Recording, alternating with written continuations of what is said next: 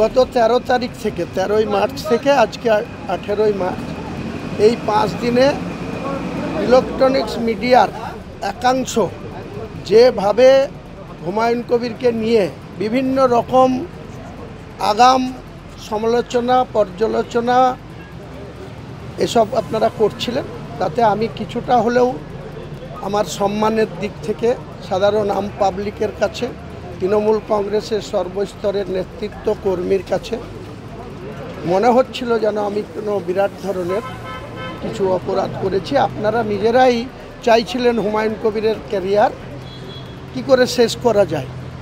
এই মিডিয়ার একটা অংশ এই ধরনের তৎপরতা আমি বিগত 5 দিনে দেখছিলাম। তো আপনারা ভালো করে শুনে নেন। আর আমাদের অনারেবল ডিসিপ্লিনারি কমিটির অন্যতম সদস্য পরিষদীয় মন্ত্রী সুবনদেব বাবুর কাছে আমার সম্বন্ধে প্রশ্ন করুন, উত্তর পেয়ে যাবেন। আর বিষয়ে আপনাদের যতটা আগ্রহ আছে, জানার দরকার আছে, কি সিদ্ধান্ত হয়েছে, অনারেবল মেম্বার যারা ডিসিপ্লিনারি কমিটির সম্মানীয় সদস্য সুবনদেব বাবুর কাছে আপনারা জিজ্ঞাসা করুন, উত্তর আপনারা পেয়ে যাবেন। আপনি যে মন্তব্য করেছেন এই মন্তব্য তো এর আগেও দলের আমি এই মুহূর্তে কোনো কিছুর উত্তর আপনাদের দেব না। আপনাদের আগেই বললাম যে ইলেকট্রনিক্স মিডিয়ার কিছু বিশেষ চ্যানেল গত 13 তারিখ থেকে যে মন্তব্য আমি করেছিলাম, 12 তারিখে করেছিলাম, 11 তারিখে লিডার অফ দ্য অপোজিশনের মন্তব্যের পরিপ্রেক্ষিতে সেই ব্যাপারটা এখন ক্লোজ।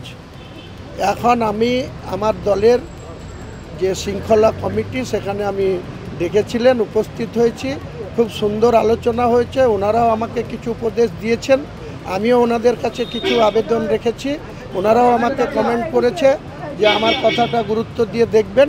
আমিও ওনাদেরকে কথা দিয়েছি আগামী দিনে তৃণমূলের শৃঙ্খলার প্রশ্নে আমি খুব সজাগ থাকব এবং সতর্ক থাকব। আমার প্রত্যেকটা শব্দ বাক্যের মূল্য আছে, আমার সময়েরও দাম আছে। আমি কর্মচারীদের ব্যাপারে বলবো না, কারণ ওর মালিক মমতা ব্যানার্জি আমার কাছে হেরেছে 1956 ভোটে। আবার ভবানীপুরেও 26 সালে বিজেপির প্রার্থীকে দিয়ে উনাকে হারাবো। উনি কম্পার্টমেন্টাল চিফ মিনিস্টার আছেন, এরপরে ডবল কম্পার্টমেন্টাল নেত্রী হিসেবে পরিচিত পাবে বাংলায় x chief minister Mamata Banerjee.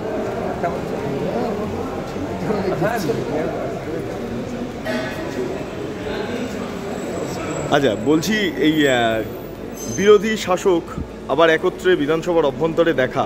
আরে বিধানসভার মেম্বার এখানে সৌজন্যতার মূল বিষয় হচ্ছে বিজেপি হোক, আইএসএফ হোক, তৃণমূল কংগ্রেস হোক, এখানে সিপিএম, কংগ্রেস, বিরোধী শূন্য, এখানে all member, honourable all member আমরা সবাই এক হাউসের মধ্যে।